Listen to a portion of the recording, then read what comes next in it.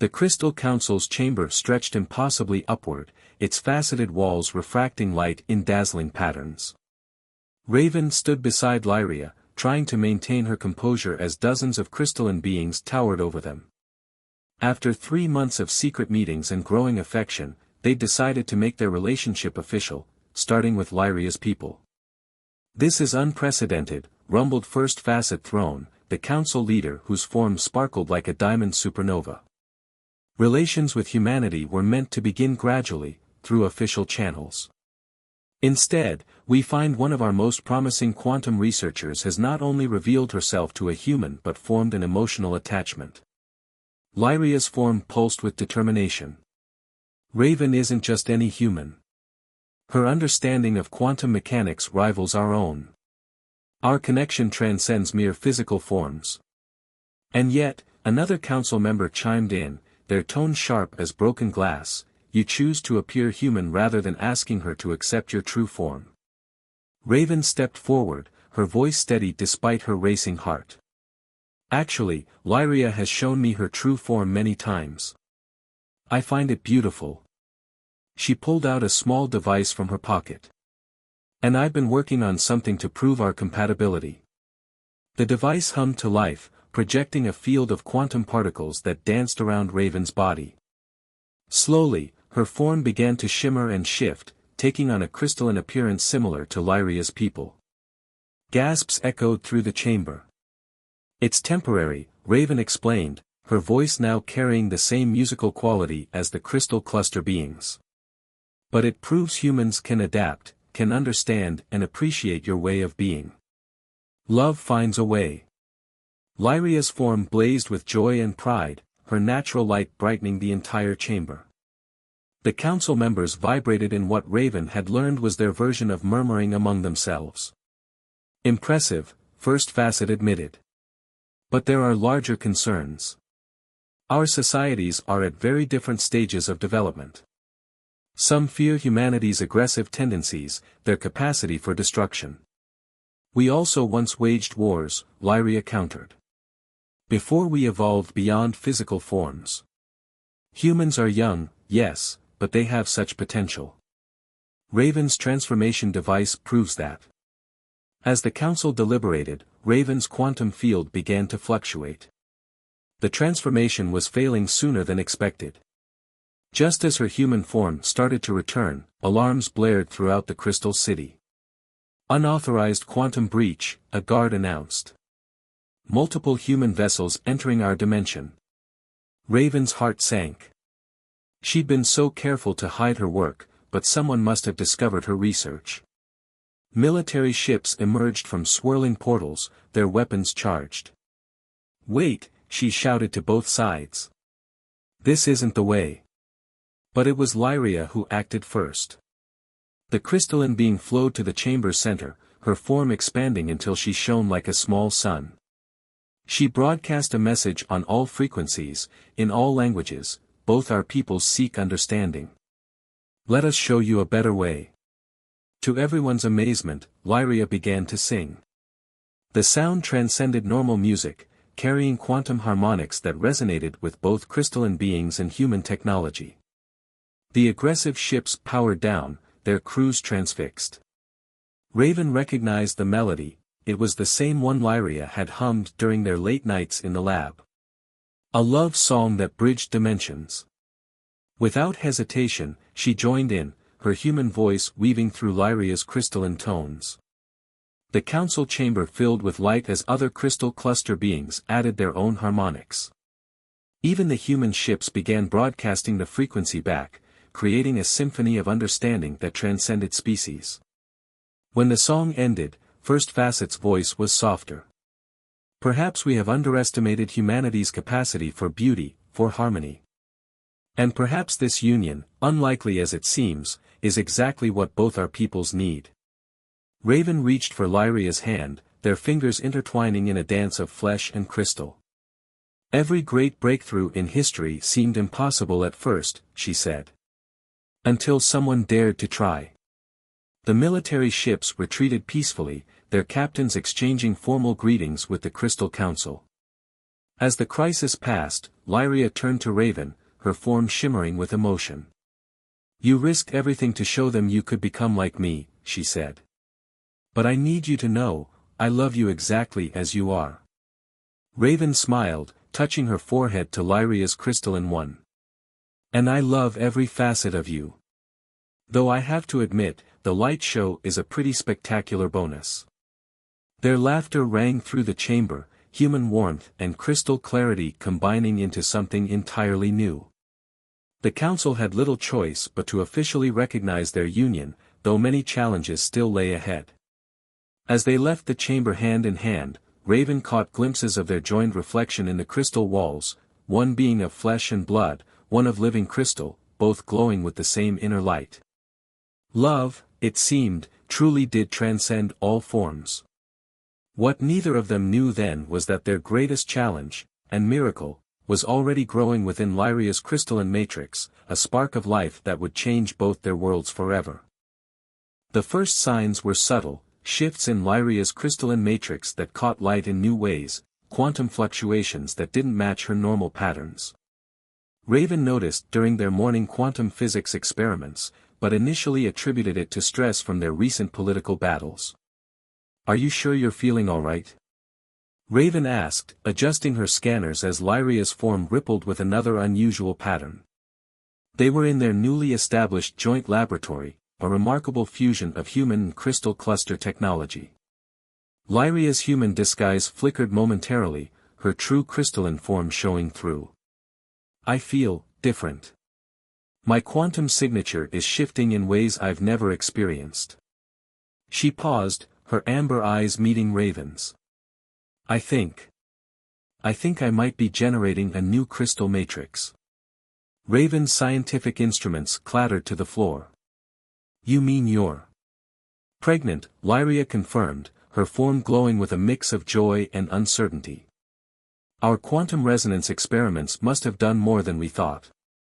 I'm carrying what appears to be a hybrid life form."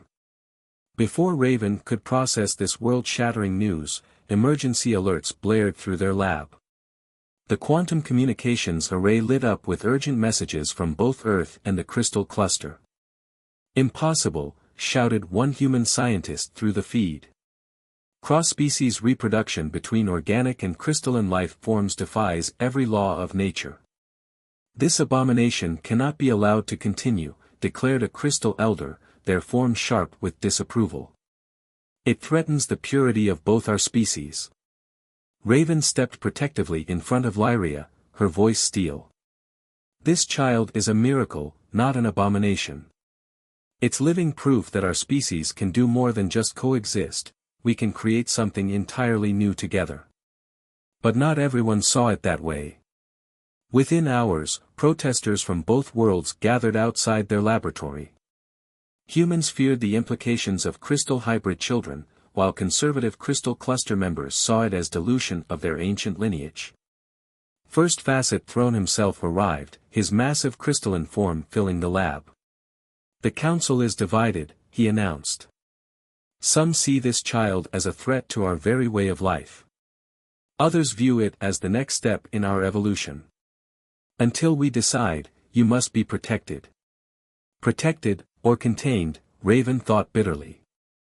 But before she could object, Lyria doubled over, her form pulsing with intense light. "The matrix is unstable," she gasped. "The child, it's trying to exist in both states simultaneously, crystalline and organic." Raven's scientific training kicked in. She rushed to the quantum stabilizer, the same device that had first brought them together. "If I can modify the field to support both states." Her fingers flew across the controls. A soft quantum field enveloped Lyria, and gradually her form stabilized. Within her crystalline matrix, they could now clearly see it, a tiny spark that somehow combined impossible opposites, organic cells encased in living crystal. "Remarkable," First Facet breathed, all thoughts of containment forgotten. "It's maintaining quantum coherence between states that should be mutually exclusive." News of the hybrid child's unique nature spread quickly through both worlds. Scientists were fascinated by the implications, while religious leaders on both sides began speaking of prophecies and cosmic convergence. But Raven cared little for politics or prophecies. Her focus was entirely on Lyria, whose pregnancy was progressing far faster than a human gestation. The child's development seemed to operate on its own timeline, following neither human nor crystalline patterns. "What do you think they'll be like?" Lyria asked one night, her form glowing softly in their darkened lab. She had taken to spending more time in her natural form as the pregnancy progressed. Raven placed her hand against Lyria's crystalline surface, feeling the complex quantum vibrations within. "Beautiful," she said simply. "Brilliant. Unique. Just like their mother." But their moment of peace was shattered by new alarms. The lab security systems detected multiple breach attempts. Someone was trying to force their way in. Anti-hybridization extremists, First Facet's voice came through their quantum comm. "They're coming from both sides, human and crystal cluster terrorists working together to prevent what they see as an apocalyptic event." Raven's eyes hardened as she activated the lab's defenses. "The only apocalypse will be what I do to anyone who threatens my family." She grabbed her latest invention, a quantum phase disruptor that could affect both organic and crystalline targets. Lyria's form blazed with protective fury, the child within her matrix pulsing in response. "Our love created something they can't understand," she said. "But we'll make them see. This child is not a threat, it's a bridge between worlds." As the extremists breached the outer defenses, Raven and Lyria stood together, organic and crystalline, ready to protect the impossible miracle they had created. The next few moments would determine not just their fate, but the future of human-crystal relations. And within Lyria's crystal matrix, their child continued to grow, defying physics and biology alike, proof that love truly could overcome any barrier, even those believed to be written into the fundamental laws of the universe itself. The lab's quantum shields hummed as they absorbed another blast. Outside, the unlikely alliance of human and crystal cluster extremists continued their assault, determined to prevent what they saw as an evolutionary catastrophe. "Shield integrity at 40%, Raven announced, her fingers dancing across multiple holographic interfaces. "We need to find a way out of here." Lyria's crystalline form pulsed with strain. The child within her matrix was responding to the attack, its quantum signature fluctuating wildly. "The little one is trying to protect us," she said wonderingly. "They're already generating quantum fields." A massive explosion rocked the facility. Through the breach stepped Shard, a notorious crystal cluster purist, his form jagged and dark. Behind him came Dr. Harrison Wells, a human geneticist known for his extreme views on species preservation. "This ends now," Shard's voice rang like breaking glass. "The hybrid must not be allowed to exist. It could destabilize both our species' quantum patterns." "Think about what you're doing," Wells added, raising a quantum disruption rifle. "That thing could be the start of a chain reaction that rewrites human DNA forever." Raven stepped forward, her quantum phase disruptor steady. "That thing is our child. And you're right, they might change everything. That's exactly what both our species need."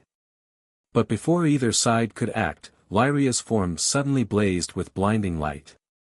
The child's quantum signature had synchronized with her own, amplifying her natural abilities. A wave of crystalline energy pulsed outward, freezing everyone in place. In the sudden stillness, a new sound filled the lab, a harmony of crystalline chimes and human heartbeats, emanating from Lyria's matrix. The child was singing, combining both forms of existence in a way that defied explanation. The extremists' weapons clattered to the floor as the song washed over them. Through the quantum resonance, they could feel what Raven and Lyria had discovered, that diversity brought strength, that combination created possibilities greater than either species could achieve alone. "Impossible," Wells whispered, tears streaming down his face. "It's beautiful." Shard's dark crystalline form began to lighten, responding to the harmony. "We were wrong," he admitted, his sharp edges softening. "This is not destruction, it's evolution. First Facet Throne arrived with reinforcements, only to find the former attackers helping to repair the lab's defenses. The child's song had done more than just stop the violence, it had opened minds and hearts to new possibilities. But there was no time to celebrate this victory. Lyria's form suddenly pulsed with intense energy. "The child," she gasped. "They're ready. It's happening now." Raven rushed to prepare the quantum stabilization field they designed for this moment. "Just breathe, love. Remember all our preparations." The next few hours were a blur of light and energy as Lyria's matrix reconfigured itself, creating something that had never existed before. First Facet himself stayed to witness the historic moment, his ancient knowledge helping guide them through the unprecedented process. Finally, with a flash of light that temporarily overloaded every sensor in the lab, their child emerged.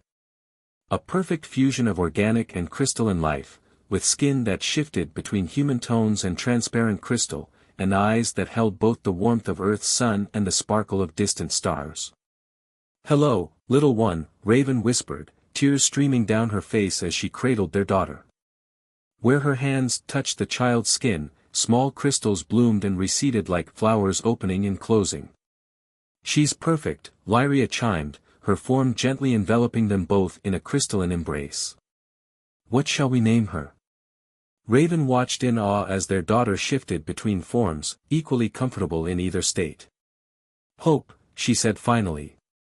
"Because that's what she represents for both our peoples." First Facet approached, his massive form gentle. "This child is more than just a symbol of hope. She's proof that the boundaries we believed were fixed are actually gateways to greater understanding." News of Hope's birth spread rapidly through both worlds. Where there had been fear and resistance, now there was wonder and possibility. Other human crystal couples who had been hiding their relationships began to come forward, inspired by what Raven and Lyria had achieved. But as they watched their daughter grow, displaying abilities neither species had seen before, Raven and Lyria knew that Hope's birth was just the beginning. Their greatest challenge would be preparing her, and both their worlds, for the changes she represented. In the quiet moments between scientific breakthroughs and diplomatic meetings, they would watch Hope play, creating impossible structures with her quantum abilities while laughing with very human joy. She was living proof that love could bridge any gap, even those between stars. And in her very existence, she asked a question that would echo through generations: what other miracles might be possible when different worlds came together not in fear, but in hope? The quantum stabilizer hummed ominously as Raven Sterling made the final adjustments. 3 years of research, countless sleepless nights, and her entire career hung on this moment. The basement laboratory at Sterling Quantum Research felt more like a tomb than ever before, with only the soft blue glow of monitoring equipment illuminating her work. "Just a few more micro-adjustments," she muttered, her dark fingers dancing across the holographic interface. The stabilizer's core began to pulse with an otherworldly light, exactly as her calculations had predicted. This was it, the moment she would prove that quantum tunneling could be controlled and directed. The air itself seemed to crackle with potential as energy readings climbed steadily higher. Raven allowed herself a small smile. After losing both parents to a lab accident years ago, she'd dedicated her life to pushing the boundaries of quantum physics. Now she was about to validate their theories and her own. The first warning sign came as a subtle shift in the air pressure. Then the stabilizer's core flashed brilliant white, far beyond expected parameters. Raven lunged for the emergency shutdown, but it was too late. Reality itself seemed to tear open before her eyes, creating a swirling vortex of impossible colors. "No, no, no," she shouted, frantically trying to contain the reaction. But instead of the catastrophic explosion she expected, the vortex stabilized into a shimmering oval portal. And through it stepped someone, that would change her life forever. The being was vaguely humanoid but seemed to be made of living crystal. Its form shifted and flowed like liquid glass, refracting light in mesmerizing patterns. Two glowing points of amber light served as eyes, focusing on Raven with unmistakable intelligence. Fascinating, the creature spoke, its voice like wind chimes in a gentle breeze.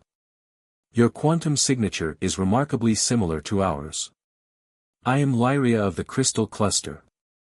I believe you have accidentally created an interdimensional bridge. Raven gaped, her scientific mind warring with the impossibility before her. I'm Dr. Raven Sterling. Did you say interdimensional? Indeed. Lyria moved closer, her crystalline form catching the lab's lights in rainbow cascades. My people have been studying quantum bridges for millennia. We never expected to find another species so close to achieving it independently. Before Raven could respond, alarms began blaring throughout the facility. Security would be arriving any minute. She had to make a choice, alert authorities about this alien contact, or they'll try to contain you, Raven blurted. Lock you up for study. Quick, we need to get you out of here. She surprised herself with the intensity of her protective instinct. Lyria's form rippled in what might have been amusement. That won't be necessary. I can shift my molecular structure to appear human temporarily. True to her word, the crystalline being's form flowed and changed until a tall woman with iridescent skin stood before Raven. Security burst in moments later, weapons drawn. Dr. Sterling. We detected a massive energy spike. Are you alright? Everything's fine, Raven said smoothly, stepping in front of Lyria. Just a small calibration issue. This is Dr. Crystal, my new research assistant. As the guards lowered their weapons, Raven's mind raced. She'd just lied to protect an alien being she'd met moments ago. Yet somehow, looking into those still otherworldly eyes, she knew her life would never be the same. Over the next weeks, Raven and Lyria worked together to understand what had happened. The Crystal Cluster, it turned out, was an ancient civilization that had evolved to manipulate quantum fields naturally. They had been watching humanity's development with great interest. Your species progresses so quickly, Lyria observed one evening as they pored over data. In mere centuries you've gone from primitive combustion to quantum physics. It's quite remarkable. Raven found herself watching Lyria more than the data. Even in human form, there was an ethereal grace to her movements. Why did you really come through that portal? Your people could have contacted us officially. Lyria's form shimmed slightly, betraying emotion. I was curious. About humans. About you specifically. We've observed your work for some time. Your approach to quantum mechanics is unique, intuitive in a way my people's isn't. So I'm a science experiment? Raven tried to hide her disappointment. No, Lyria moved closer, her human disguise flickering to reveal hints of crystal beneath. You are a brilliant mind who sees the universe differently than anyone I've ever known. And she hesitated. I find myself experiencing unfamiliar sensations when we're together. Raven's heart thundered in her chest. What kind of sensations? My crystalline structure resonates at a higher frequency. My thought patterns become erratic. I believe what I'm feeling is what humans call attraction. Before Raven could respond, Lyria's monitoring device chimed. Her people were demanding she return, suspicious of her extended absence. The moment shattered like glass. I have to go, Lyria said reluctantly. But I don't want to. Raven, what is happening between us? Raven took a deep breath. Something impossible. Something wonderful. Something that could change everything.